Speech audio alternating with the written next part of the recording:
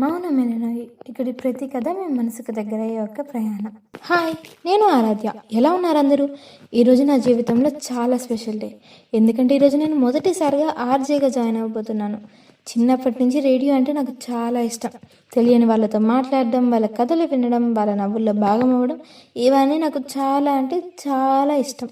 అందుకే ఈ ఉద్యోగం నాకు ఒక డ్రీమ్ లాంటిది. సరే, ఇక మనం స్టేషన్కి వెళ్దాం. 93.5 FM.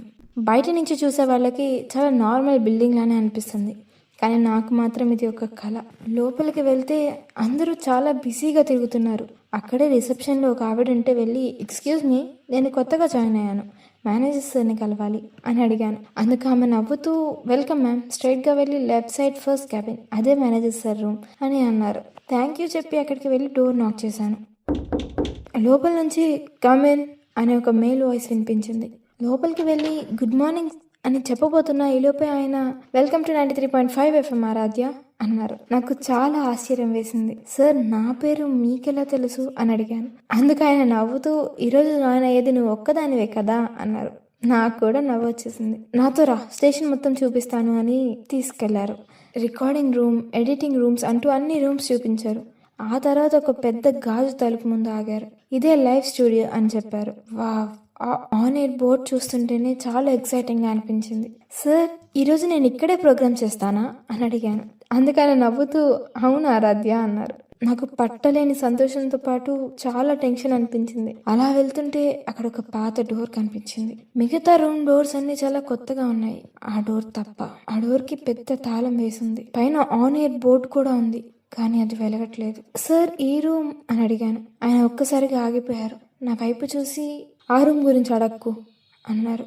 అంతే, ఇంకేం మాట్లాడలేదు. నాకు కొంచెం వింతగా అనిపించింది, కానీ మొదటి రోజు కదా, ఇంకేం అడగలేదు. ఇలా రోజు మొత్తం అయిపోయింది. కొత్త వాళ్ళందరితో పరిచయం అయింది. కొంచెం టెన్షన్ తగ్గింది. ఇప్పుడు నా ఫస్ట్ షో.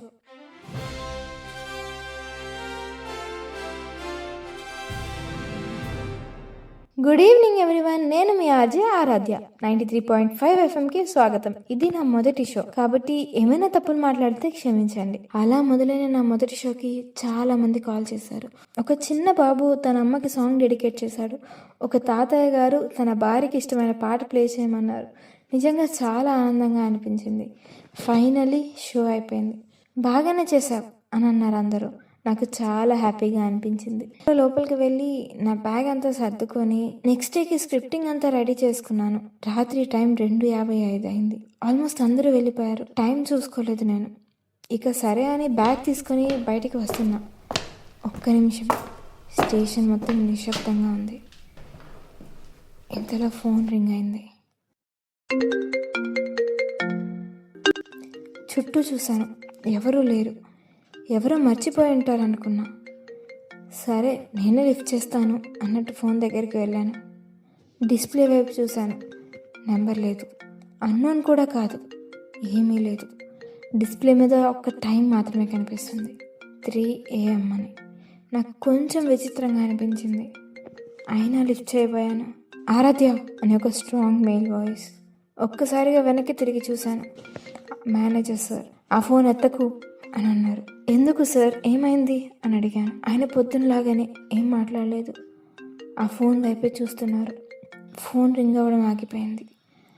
ఆ తర్వాత స్టేషన్లో మళ్ళీ నిశ్శబ్దం. ఏం జరుగుతుందో నాకు అర్థం కాలేదు. కానీ ఆ రాత్రి నా జీవితంలో మొదటి ప్రశ్న పుట్టింది. ఇంతకీ ఆ కాల్ చేసింది ఎవరు? మేనేజర్ ఆ కాల్ ఎందుకు ఎత్తొద్దన్నారు? ఆ రూమ్ డోర్ ఎందుకు లాక్ చేసింది? నేను ఏ క్వశ్చన్ అడిగినా మేనేజర్ మొహంలో ఆ కలవరం ఏంటి? ఇవన్నీ తెలుసుకోవాలి అంటే మీరు ఒక వారం రోజుల పాటు ఆగాల్సిందే. వచ్చే వారం ఆన్ ఎయిర్ సెకండ్ ఎపిసోడ్తో మళ్ళీ కలుద్దాం. ఇక సెలవు. నేను మీ అమూల్య చోడిశెట్టి as ఆర్జే ఆరాధ్య, సైనింగ్ ఆఫ్.